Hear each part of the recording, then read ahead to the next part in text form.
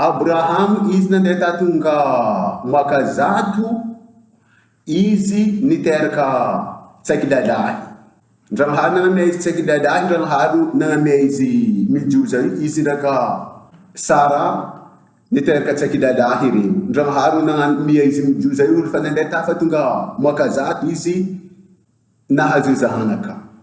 Boka eo ry havany Ibrahima ro navy reo havana maventy fotony ndrahary nisy tama ndraka Abrahima ndraka ro umaky. Leran zanakany Abraham izy ka fa nandeha ta ny bey ny tiany ankipiny ndrahary ny volana nisy zova ndrahary nanambara izy. Za mila zanakanao io andesinao mandeha agnabombongo agny andesina atao sodaka.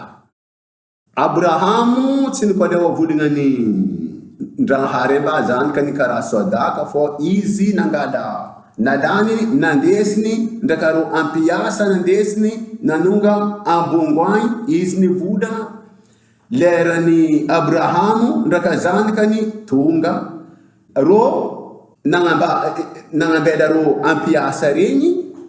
Abraham ndraka zanakany ro nanonga tany tambongo tany.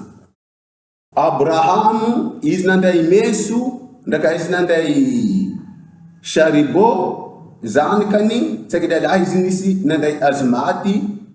Izy nanambara babany atsika misy azmaty ndraka atsika misy sharibo aia baribari atao sodaka. Abraham izy namali izy nanambara zanakany ndrahary magnamia atsika baribari sodaka. Lera ro tonga mahala nivolagny ndrahary igny Abraham izy nangajary vato ndraka izy nangala azmaty ndraka izy nangala zanakany ny feheziny nataony any azmaty arigny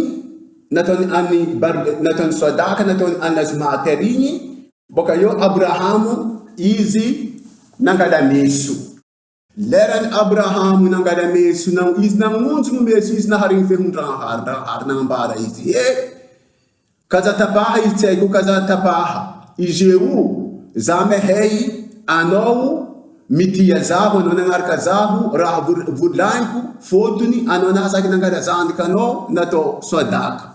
Tanderan'igny izy nahita baribary igny tagnaty feliky nitsipatsipaka baribary igny nalandreo nataondreo sodakany ndrahary. Safe teo mahala nanapahany Ibrahima sodaka io volagnindreo amba polasiny ndrahary magnamia ndrahary izy ny ravoravo mana Abrahamu nagnaraka izy.